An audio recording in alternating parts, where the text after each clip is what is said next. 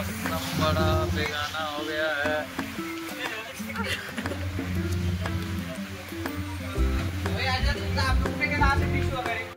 Hello दोस्तों, तो अभी बहुत तूफान आया था जिसके कारण पूरा लाइट वीट का सेटअप गड़बड़ हो गया है। देख सकते हैं पूरी तरह से इसको लगा रहे हैं, दूसरी भाई लगा रहे हैं। देखो फिर से बारिश आ गया, देख सकते हैं।